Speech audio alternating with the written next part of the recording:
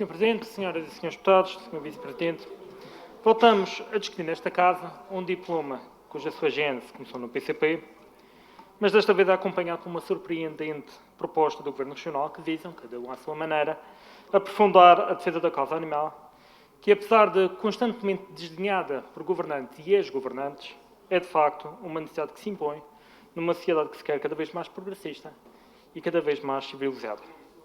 E mantemos, ao contrário de outros, mantemos o nosso discurso do passado, referindo que concordamos e apoiamos em pleno a criação desta figura do provedor do animal, uma figura que se pretende, como já cá foi referido, autónoma, imparcial, com a fundamental missão de defender de uma forma intransigente os direitos e os interesses dos animais.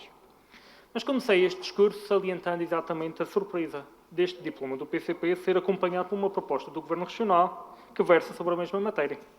Não porque esta medida não mereça a aparente aprovação que sairá deste plenário, mas porque foi a maioria que aprova este Governo Regional, que apoia este Governo Regional, que agora traz esta proposta, que sucessivamente vem a chumbar nesta Assembleia os diplomas da oposição, cujo objeto legislativo é exatamente o que agora vem a ser proposto pelo Governo Regional, a criação da figura do provedor do animal.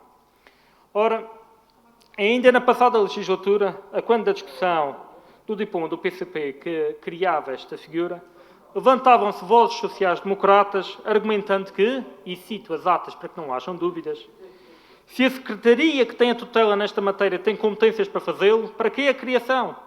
Provedor, comissões, isso não será uma tentativa de criar tachos, sendo que já está definido quem é que tem competências nesta matéria? Fim de citação. Foi sim, senhor. Pois foi.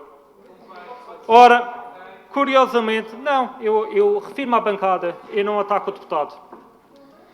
Ora, curiosamente, discutíamos um diploma que criava esta figura unipessoal, independente, que, saliente-se, não seria remunerada, e o PSD preocupava-se com a criação de um taxa.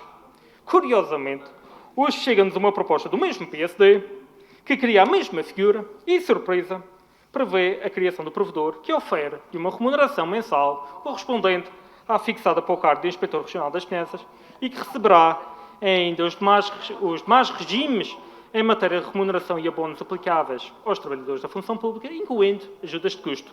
E agora, Sr. Deputado, já que quer falar, o que é que diz o Sr. Deputado da criação deste tacho, que Vossa Excelência apelidou, que chega agora pelo cunho do Sr. Vice-Presidente?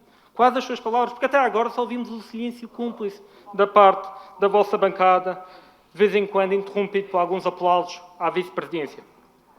Mas dizia também, e volto a citar as atas dessa reunião, que este conjunto de propostas, para além de repetitivas, mais do que a defesa de uma causa, revela uma obsessão fundamentalista. Por este caminho, daqui a nada estaremos a discutir aqui a proibição do uso de coleira, de trela ou da saime. Senhor Deputado, volto a perguntar. Então, como é que vai votar o fundamentalismo do Sr. Vice-Presidente? Ou se o usual egocentrismo e calculismo político da sua bancada irá pesar mais forte num ano eleitoral? E falando em calculismo político, não podemos deixar de referir também uma curiosidade que nos foi deixada por esta proposta governativa. Quando se pretende criar uma figura que se quer totalmente independente, foi cá referido várias vezes, independente de qualquer influência política, que visa única e exclusivamente a defesa do bem-estar e dos direitos dos animais, mas que depois é escolhida a dedo, não pelo organismo que tutela a direção da veterinária, mas pelo membro do governo com a tutela da coordenação política. Entenda-se, a vice-presidência. E não entendemos o porquê. Não sabemos se isto é um atestado de incapacidade do atual responsável que tem sob a sua tutela os serviços da veterinária, ou se é uma tentativa de capitalização dos 1.142 votos do PAN nas últimas eleições no município do Funchal. Fica a dúvida, de facto não sabemos. Deixa-nos, de facto, muitas dúvidas que esta elegibilidade esteja, de facto, bem atribuída e, acima de tudo, que seja este Departamento Regional o mais bem preparado para facultar esta figura dos meios físicos e administrativos, mas, acima de tudo, dos meios técnicos necessários ao desempenho da sua função, tal como previsto no artigo 12º deste diploma. Tentava ainda agora o Sr. Vice-Presidente justificar que esta inclusão condicionaria esta inclusão na Secretaria Regional da Agricultura, condicionaria a independência do cargo, quando na prática esta independência seria garantida, segundo o diploma do PCP, pela eleição democrática por 5 partidos que compõem esta Assembleia e não apenas por um partido que compõe o Governo Regional, 2 partidos que compõem o Governo Regional. Segundo o Sr. Vice-Presidente, não será a eleição democrática pela Assembleia que garantirá esta independência, mas sim uma nomeação política que irá garantir a total independência do cargo, uma nomeação política remunerada, repito. Depois fez aqui uma volta gigantesca, dizendo que se esta entidade ficasse sob a tutela da Agricultura, não permitiria a independência do cargo. Mas depois dá o exemplo da ARAI, que está sobre a tutela da economia, que aí já é completamente independente do cargo e que tem completa independência para a sua atuação. Portanto, entendemos que isto é uma clara contradição. Não posso também deixar, noutro prisma, de criticar também uma postura de egocentrismo e prepotência política típica de quem ignora as valências e a importância deste Parlamento e da sua importância em abrir este Parlamento às sociedades. E refiro-me à recusa reiterada deste Parlamento em auscultar as entidades externas para melhor ouvir a sociedade e os cidadãos. Desta feita, com a recusa em ouvir o Conselho Regional da Ordem dos Médicos Veterinários, bem como as associações de animais que têm dado um contributo inestimável na defesa da causa animal. Aparentemente, para esta maioria, estas associações são importantes para as fotografias, são importantes para as notícias e para as redes sociais, são importantes para a comunicação social, mas são completamente dispensáveis para um contributo mais abrangente neste diploma e num diploma desta magnitude, como o que hoje aqui discutimos.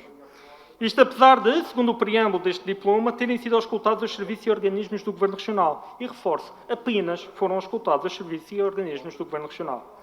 Organismos do Governo, nenhuma outra organização teve a oportunidade de opinar sobre este diploma, pelo menos não de forma oficial. De igual forma, reforço que, uma vez mais, apesar do preâmbulo indicar esta auscultação, a auscultação que este Governo diz ter feito, esta auscultação, ou qualquer documento que suporte esta afirmação, não acompanha o diploma e é completamente vedado à posição desta Casa.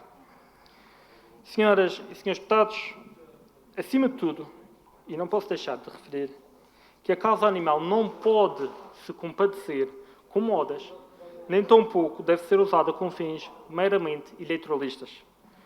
Nós, a bancada do JPP, não sofre destes transtornos e, neste sentido, manteremos a posição que sempre defendemos nesta Casa e que passa por, e que deveria de unir os partidos destas bancadas e que passa pela defesa intransigente da defesa do animal, do bem-estar dos animais de companhia e não as modas e desígnios que surgem suspenstos pelos calendários eleitorais e pelas mareias eleitoralistas.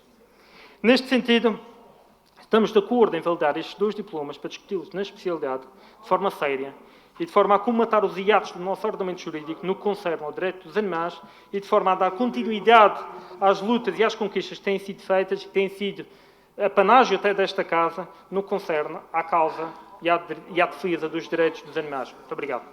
Sr. Deputado Rafael Nunes, para uma intervenção.